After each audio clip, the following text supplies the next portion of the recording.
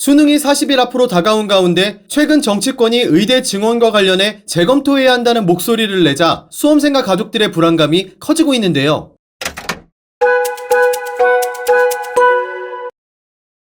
지난 4일 전국에서 치러진 9월 모의평가에 상위권 N수생이 대거 유입된 것으로 알려졌습니다.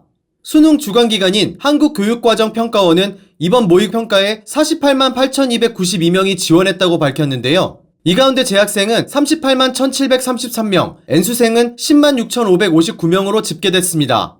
특히 이번 모의평가에 응시한 N수생 지원자 수와 비율 모두 평가원이 접수자 통계를 발표하기 시작한 2011학년도 이후 9월 모의평가 기준으로는 두 번째로 높은 수치였는데요.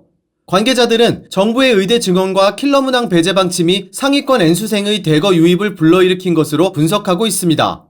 하지만 최근 응급실 뺑뺑이 논란 등 추석 명절을 앞두고 의료진 부족으로 인한 응급의료 운영에 차질을 빚고 있다는 보도가 이어지자 정치권을 중심으로 의대 증원에 대한 전면 재검토 목소리가 커지고 있는데요. 이재명 더불어민주당 대표는 4일 의료 현장을 방문해 의대 증원 방향은 바람직하지만 윤석열 정부가 너무 급하게 추진하면서 정당성이 훼손되고 있다며 의대 증원에 대해 전면 재검토해야 한다고 말했습니다. 한동훈 국민의힘 대표도 지난달 26일 2026학년도 의대 정원 증원 유예 방침 방안을 대통령실에 전달한 것으로 알려졌는데요. 이에 대해 대통령실은 비현실적이라며 거부한 것으로 전해졌습니다.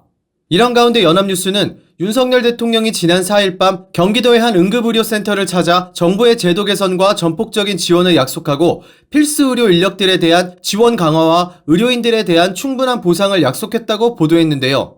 하지만 대통령실은 의대 증원과 관련해서는 원칙을 고수한다는 입장입니다.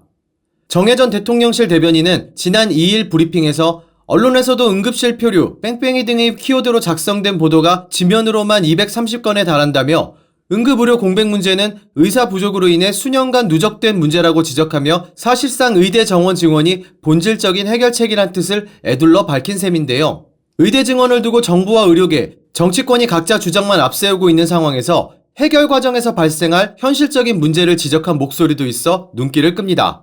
지난 4일 SBS 김태현의 정치쇼에 출연한 안철수 국민의힘 의원은 현 의대 증원 논란을 해소하는 방법을 두고 우리나라가 굉장히 커다란 두 가지 손해 중에 하나를 택해야 한다고 전제했는데요. 먼저 의사들의 주장대로 2025년 정원을 1년 유예하고 1년 동안 과학적으로 얼마나 더 필요한지 검증하는 방법이 있지만 이 경우 의대에 가려고 반수등을 하는 수험생은 그동안 투자한 시간이 다 날아가는 큰 손해를 본다고 주장했습니다.